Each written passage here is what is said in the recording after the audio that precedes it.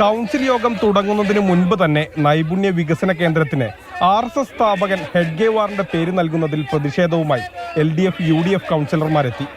ചെയർപേഴ്സന്റെ ഡയസിന് മുന്നിൽ നിന്ന് പ്രതിഷേധിച്ചു. മുദ്രാവാക്യം വിളികൾക്കിടയിൽ പെട്ടെന്ന് നടപടികൾ ആരംഭിച്ചു. ആദ്യം വന്ദേ മാതരം. പ്രതിഷേധക്കാർ മുദ്രാവാക്യം വിളി നിർത്തി അറ്റൻഷനായി.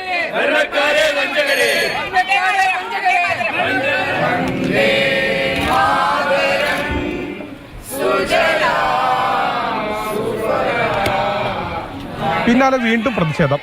പെഹൽഗാമിലെ ഭീകരാക്രമണത്തിൽ മരിച്ചവരുടെ അനുസ്മരണം. വീണ്ടും നിശബ്ദത.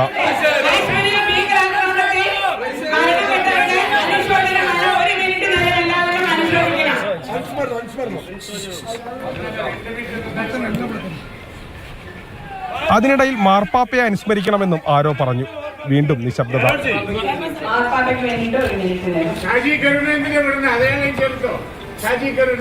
പിന്നീട് ബഹളങ്ങൾക്കിടെ ഒരജണ്ട ഒഴിച്ച് മറ്റെല്ലാം പാസാക്കിയെന്ന് പറഞ്ഞ് കൗൺസിൽ പിരിഞ്ഞു.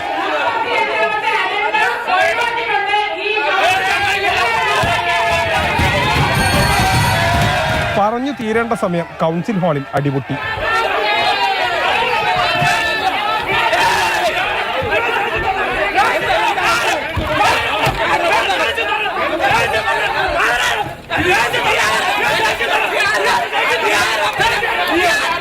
ഗാലറിയിലിരുന്ന കോൺഗ്രസ് BJP പ്രവർത്തകർ കളത്തിലിറങ്ങിയതോടെ പൊട്ടിയടി പിന്നെ കൂട്ടടിയായി.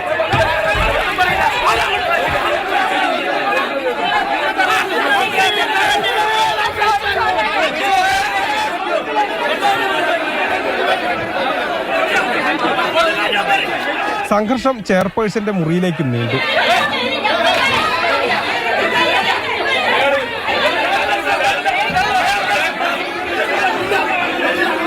എനിക്ക് പുറത്തു പോകാൻ പറ്റാണ്ടിരിക്കുക. ഹോസ്പിറ്റലിൽ പോയി അഡ്മിറ്റ് ചെയ്യണം. എനിക്ക് കൈ അനക്കാൻ വയ്യാണ്ടിരിക്കുക.